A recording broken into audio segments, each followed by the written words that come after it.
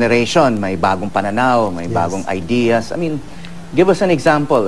Ako, nabalitaan ko na you are in favor of legalizing marijuana.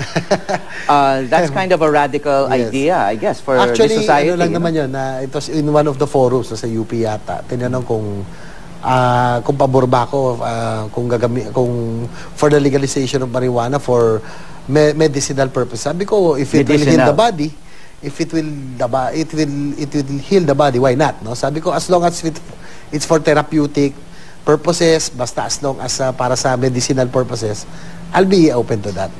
Kasi the last senator, I think, who openly advocated the legalization of marijuana was Rene Sagisag. matagal na. And at that time, it was considered kind of Basta sa ano lang, basta sa talagang for medicinal purposes, wala naman siguro problema. So, yung sa Senado, no, on the